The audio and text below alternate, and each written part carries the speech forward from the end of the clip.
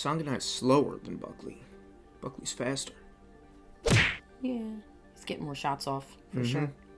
Catch. Yep. Oh! Oh! Holy shit. That was the craziest kick I've ever seen. That was insane. Kick counter to a kick? Counter? Spinning jump back kick. What? Kasanganay's still down. Once in a lifetime. We're never ever going to see that again. Buckley's pumped. He's talking. All right, he's up. Oof. He's up. He's on the stool. Wow. Yeah, he just looks like he's vaguely upset with things. There it is. Catch. Pass. Bam! Boom! Oh, my. Look, he catches Catch. and he brings it over. Sit down. If he catches with the right, Buckley can't do that. It's because he passes with the left, and then he can spin. The right, he's not hitting shit. Fight Fuel MMA is coming at you to bring you a reaction to the kick heard round the world. Joaquin Buckley's catch, jump, spinning back kick KO of Impa Kasanganay at UFC Fight Island 5 on October 10th.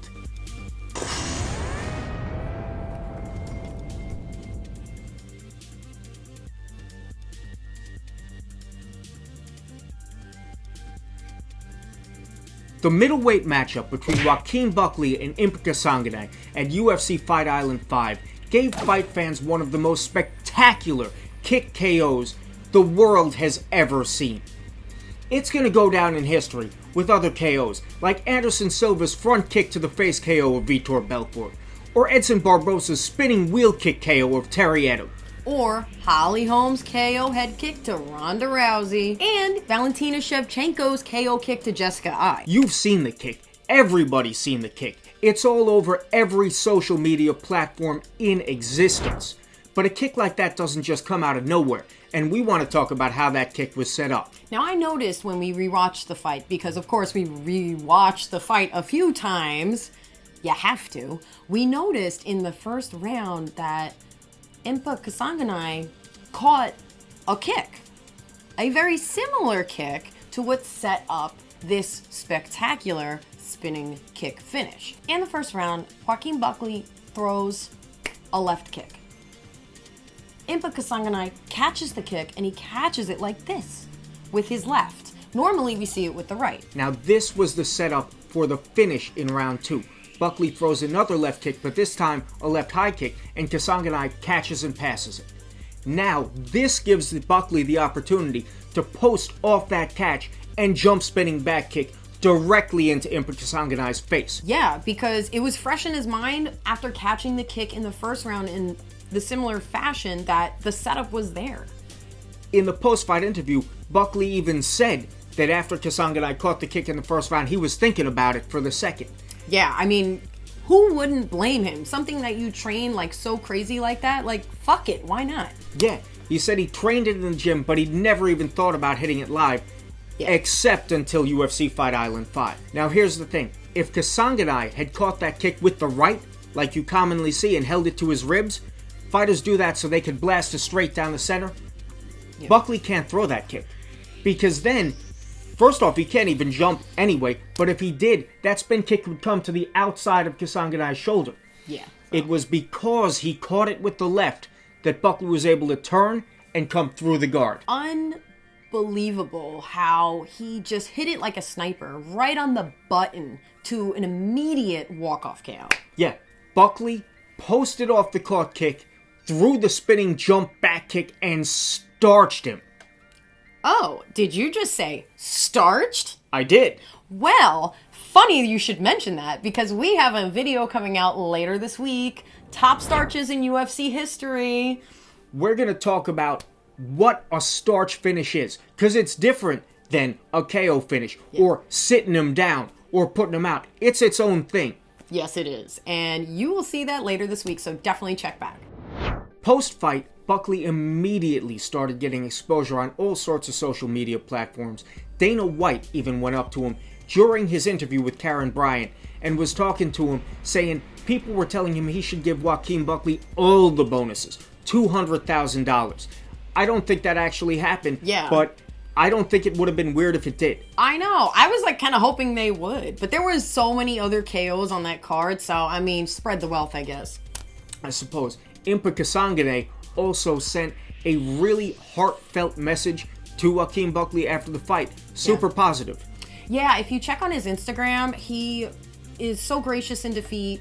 Man, it just like makes you want to see him come back and fight. I mean, this is no knock on his ability as a fighter. He's an exciting fighter to watch. He's a knockout artist in his own right. He was just the guy on the receiving end of the kick heard around the world. If you check out his Instagram, you can see his gracious message that he had to his cornerman and to Buckley himself, and it just makes you want to see him fight again because he's fantastic. Yeah, I definitely want to see him come back.